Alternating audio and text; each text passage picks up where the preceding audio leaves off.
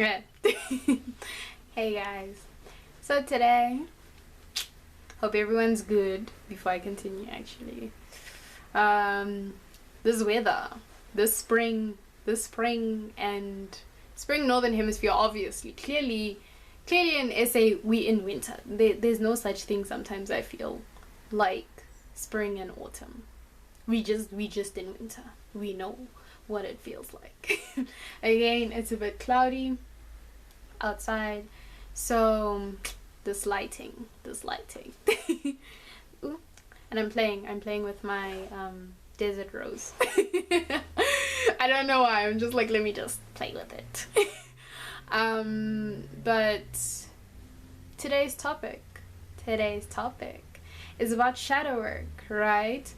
And before I continue, I always like to mention the resources that I used or inspired me to kind of like look at this topic in a different way.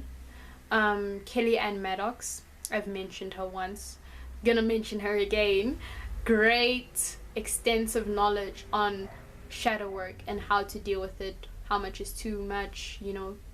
And Nikita Gill, who the book I'm talking about specifically is called Wild Embers, right? So now you know my references. And we're just gonna get into it. So shadow work, if you do not know, is basically working on the parts on ourselves that feel icky. That's the best way I can put it, but okay. So the shadow is an aspect within ourselves that we don't like to associate with. We kind of like to minimize it, pretend it's not there, or when it comes up, it's in these feelings of jealousy and envy and sadness. Like, there's just a lot more to shadow work, and I'm probably not doing this explanation any justice, you know. And if I'm not mistaken, Carl Jung is the person who coined this term, right? But what I wanted to speak about is basically, you know, when it comes to working through a shadow, if there's one aspect of the shadow I feel we are going to be working on throughout our lives as human beings, is the shadows associated with our childhood, right? And these childhood wounds, because honestly, our childhood and our experiences of when we were children really shape our lives, you know. And depending on how we work with our experiences through our childhood, this could help or hinder us, you know. Sometimes it hinders us because we don't realize that we are still those children at the end of the day. We still have these wounds that need to be healed, that need to be caressed. And when it comes to the healing process, it may not be this straightforward talk through it for everyone. You know, there's another way to work with the shadow, and it's not just by talking through it with another person, although that helps. It does a lot, you know, kind of having someone who's objective within the situation and giving you insight on it. But when it comes to childhood, what really clicked for me was these fairy tales and childhood stories that we would listen to as kids, and how we really build a lot of ourselves around them. And the stories that are associated with our childhoods could give us clues to our nature and what we find comfort in, because like I said, we are still those kids on the inside. So when it comes to working through fairy tales, it's like, I'm gonna give an example.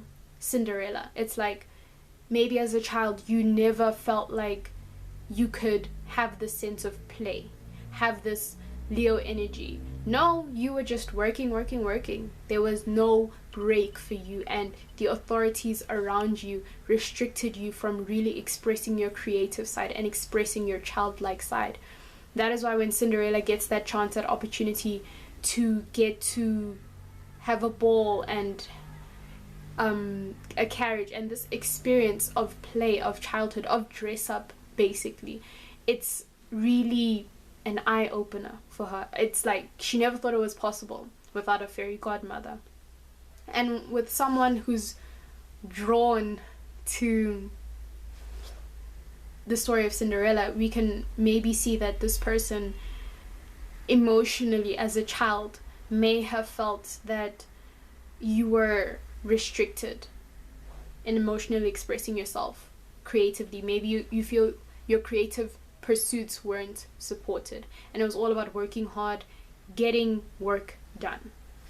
You know, I feel like I went off a little bit but basically when I was reading Nikita Gill, I'm just like, you know, these fairy tales, these stories that we tell ourselves don't have to be the end all be all. And I really think that is where the work comes in, where we really remix these stories that we tell ourselves and really understand why we are telling ourselves these stories, to give ourselves a sense of comfort. Sometimes it's just nostalgia. Sometimes it's not even that deep, guys. Sometimes you're like, no guys, I just like The Little Mermaid because I like The Little Mermaid. It doesn't go deeper than that. But if you really look at the symbolism within fairy tales, you're able to pick up on certain things and certain topics and understand that there is some gold here to work through. There is a reason they're always remixing fairy tales.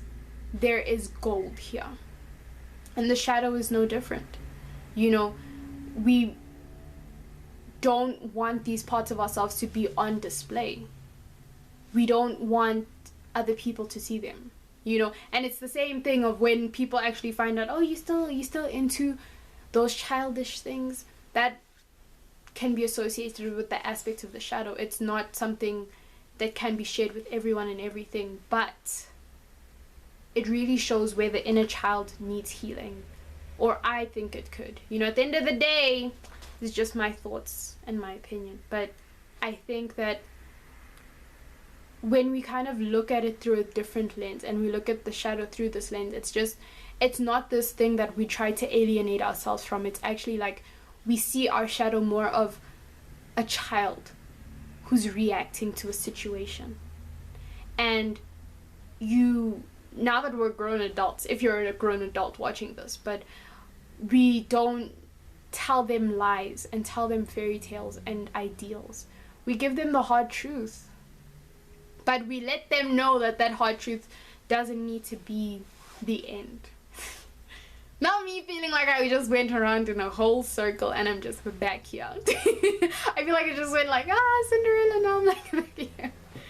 But I guess that was kind of like it for me. You know, Kelly-Aan, she's always speaking about shadow work and how to heal the shadow. And when it came to Nikita Gill and how her poetry and her stories within the poetry are basically changing the narrative. In my head, I'm like, this is gold. This is gold. This can be used. And you know what? It's not for everyone. At the end of the day, shadow work isn't for everyone. Maybe it's not for you. And you're just like, what's the point of this? But I just feel like there's real value in it. So, hope you guys enjoyed my video. You let me know down in the comments what you think.